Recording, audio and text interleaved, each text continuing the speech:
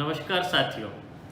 ICR मध्य भारत समाचार के इस अंक में मैं डॉक्टर दुपारे और मेरी साथी वैज्ञानिक डॉक्टर सविता कोले के साथ आप सभी का हार्दिक स्वागत करते हैं।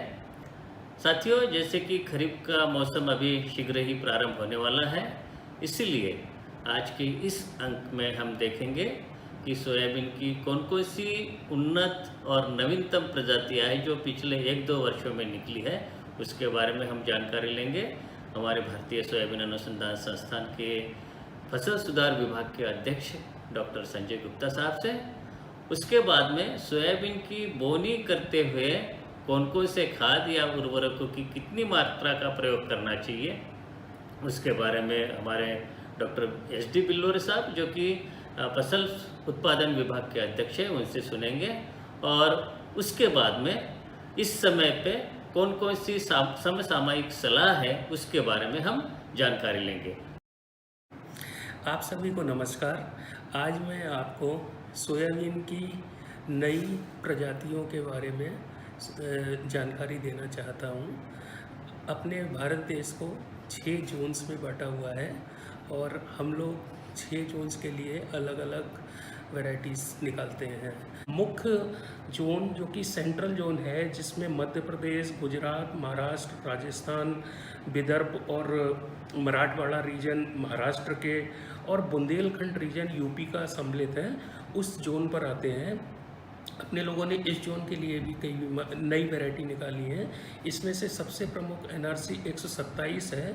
NRC 127 इसलिए है कि क्योंकि इसको सीधे खाया जा सकता है। इसमें एक तत्व ट्रिप्सिन इनहिबिटर नहीं होता है, तो इस वैरायटी को हम लोग सीधे खा सकते हैं। इसकी उपज जो है वो 18 क्विंटल के लगभग होती है और ये पकने में लगभग 102 दिन का टाइम लेती है। इसके फूल सफ़ेद रंग के होते हैं, हाइलम इसका ब्लैक कलर का होता है और इसमें भूरे रंग के रोए होते हैं। फिर दूसरी वैरायटी अपने लोग आते हैं तो NRC 130 है। ये एक जल्दी पकने वाली वैरायटी है। अपनी JS 9560 जो मुख्य भी वैरायटी थी, वो बहुत से रोगों से ग्रसित होने लगी है, तो अभी NRC 130 9560 के लिए एक अच्छा बदलने का ऑप्शन है हमारे पास में। इसकी उपज 15 क्विंटल पर हेक्टेयर के लगभग है और 92 दिन में ये पक जाती है। इसके फूल जो है वो पर्पल कलर के होते हैं, हाइलम इसका येलो कलर का होता है।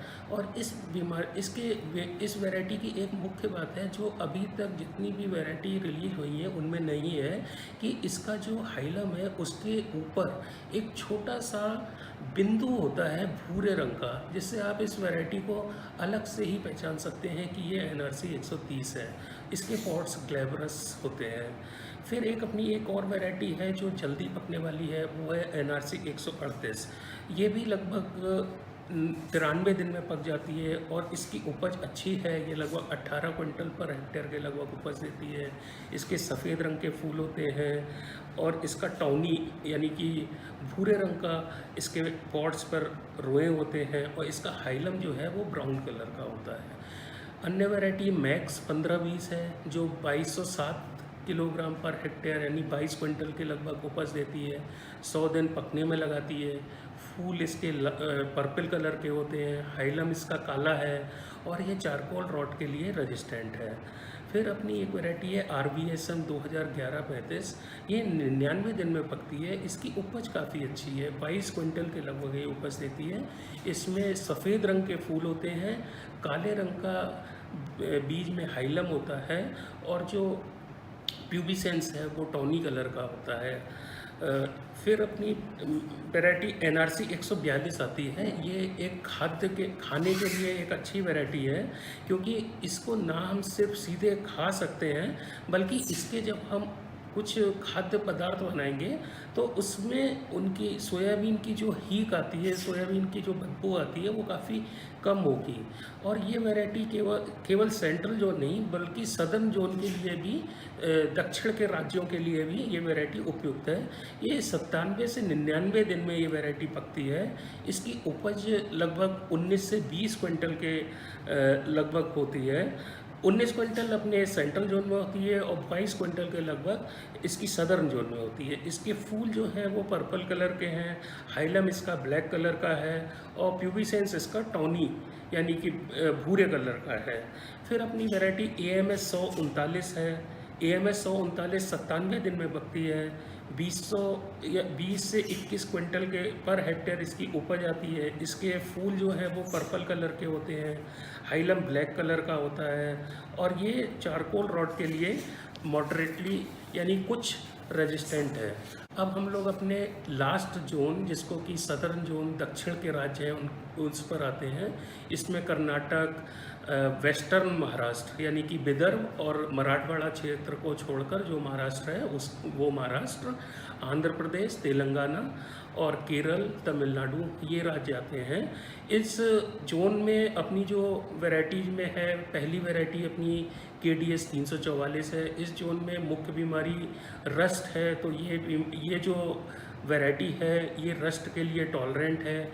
लगभग 94 दिन में पक जाती है और 25 से 26 क्विंटल पर हेक्टेयर की उपज देती है। जो सबसे नई वैरायटी इस जोन के लिए है वो DSB 23 अभी है, जो कि 95 दिन में पकती है। 24 क्विंटल इसकी उपज आती है। इसके फूल जो हैं वो पर्पल कलर के होते हैं, हाइलम इसका ब्राउन होता है, पॉड इसके चिकने होते हैं और ये रस्ट के लिए हाईली रेजिस्टेंट है। फिर अपनी वैरायटी आती है KDS 726। ये वैरायटी भी रस्ट के लिए टॉलरेंट है। इसके फूल जो है लाल रंग के हैं, हाइलम इसका ब्राउन कलर का है और 96 से 97 दिन लगते हैं इसको पकने में और 24 से 25 क्विंटल पर हेक्टेयर की ये उपज देती है। और एक अपनी नई वैरायटी आई है KDS 992 यानी 992, जो कि 101 दिन लेती है पकने में। 26 से 27 क्विंटल, बहुत अच्छी उपज है इसकी, 26 से 27 क्विंटल पर हेक्टेयर की ये उपज देती है। और इसकी मुख्य बात है कि इसका बीज 16 ग्राम, 100 बीजों का जो वजन है वो 16 ग्राम के लगभग होता है। रस्ट के लिए ये टॉलरेंट है। इसके पर्पल कलर के फ्लावर होते हैं और हाइलम जो है वो ब्राउन कलर का होता है। एक अन्य वैरायटी है मैक्स 1667, मैक्स 1667। ये 96 दिन में पकती है। 251 किलोग्राम पर हेक्टेयर इसकी उपज होती है और इसके फूल जो है वो लाल रंग के होते हैं, पर्पल कलर के होते हैं, हाइलम ब्लैक होता है। और ये वैरायटी भी KTI फ्री है, जिसको कि सीधे खाने में प्रयोग में लाया जा सकता है।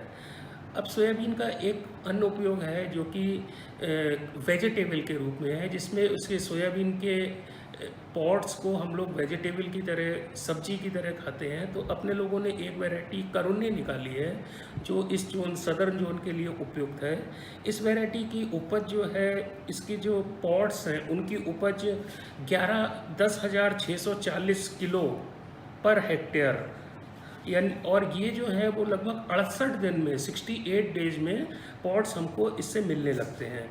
इस वैरायटी में जो है वो सफ़ेद रंग के फूल आते हैं और इसमें जो हाइलम भी है वो भी वाइट कलर का होता है। मुझे उम्मीद है मैंने आपको लगभग सभी नई वैरायटीज़ की जानकारी दी। धन्यवाद। साथियों, अब हम जानेंगे सोयाबीन फसल के लिए आवश्यक पोषक तत्वों की पूर्ति के लिए कौन कौन सी खाद एवं उर्वरकों का प्रयोग करना चाहिए। भाइयों नमस्कार।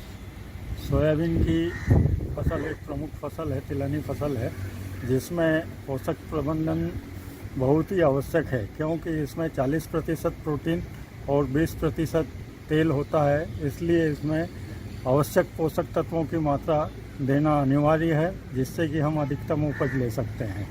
इसलिए सोयाबीन की फसल में मध्य क्षेत्र में, जैसे मध्य प्रदेश, महाराष्ट्र, राजस्थान, गुजरात आदि क्षेत्रों में जब सोयाबीन लगाते हैं तो उसमें पोषक तत्वों की मात्रा 25 किलो नत्रजन, 60 किलो स्फूर, 40 किलो पोटास एवं 20 किलो सल्फर देना अति आवश्यक है। इसके लिए आप कोई सा भी स्रोत ले सकते हैं, जैसे यूरिया, सुपर फास्फेट और म्यूरेट ऑफ पोटास।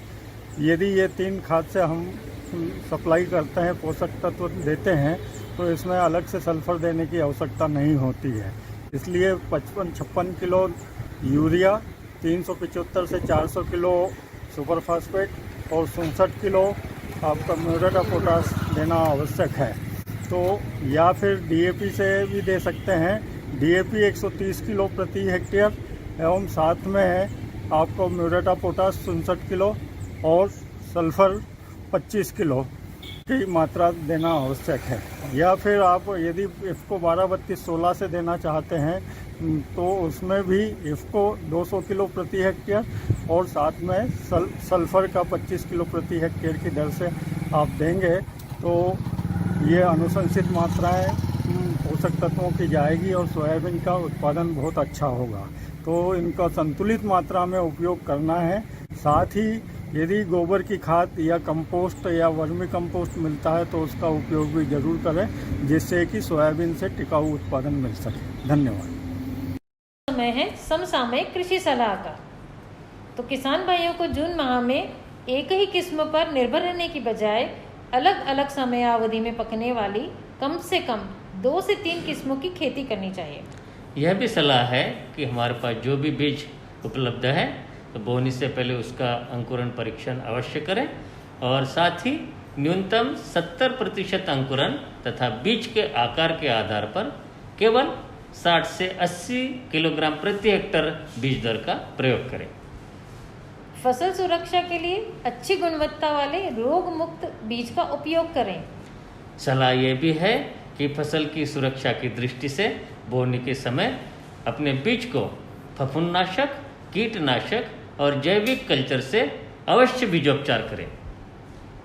जिन स्थानों पर पीला मोज़ेक बीमारी एवं तना मक्खी का प्रकोप अधिक होता है वहां पर फफूंदनाशक से बीजोपचार के पश्चात कीटनाशक से बीज उपचारित करने की अनुशंसा की जाती है। फफूंदनाशक, कीटनाशक के बीज उपचार के पश्चात यह भी सलाह है कि अपने बीज को बोने से पहले राइजोबियम और पीएसबी कल्चर से भी उपचारित करें। कृषकगण यह विशेष ध्यान रखें कि FIR रूल मतलब फंजीसाइड, इंसेक्टिसाइड, राइजोबियम कल्चर का क्रम का उपयोग करने का रूल अवश्य फॉलो करें।